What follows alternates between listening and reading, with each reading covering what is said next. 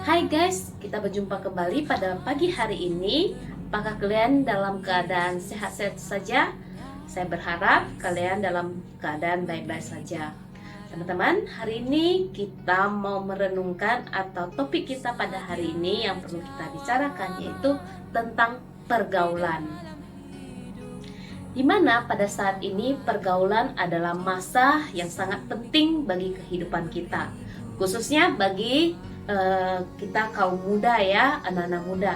Pergaulan kita pada masa ini tidak terbatas. Ada yang melalui sosial media, ada yang secara langsung, ada pula yang pergaulannya karena satu hobi, karena ada satu kesamaan kesukaan atau hobi.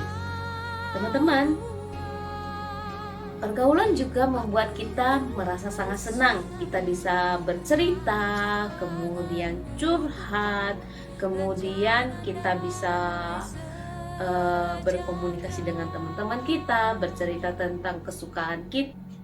Namun teman-teman, pergaulan dapat mempengaruhi juga kehidupan kita ke depannya.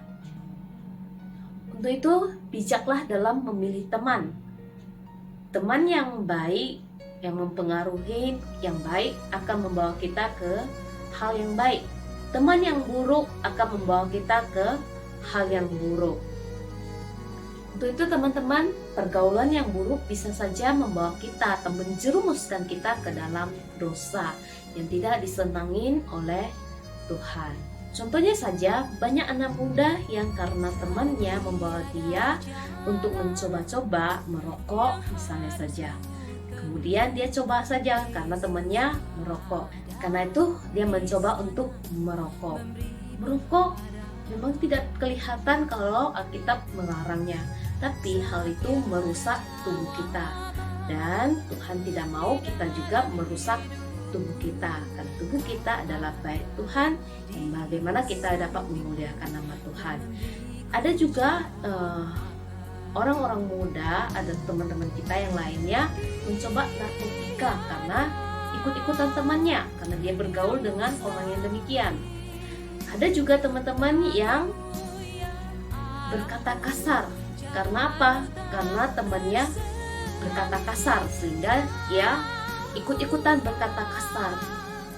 Mungkin kelihatannya asik, mungkin kelihatannya baik-baik saja, nggak apa-apa, tapi hal itu merusak kebiasaan baik kita.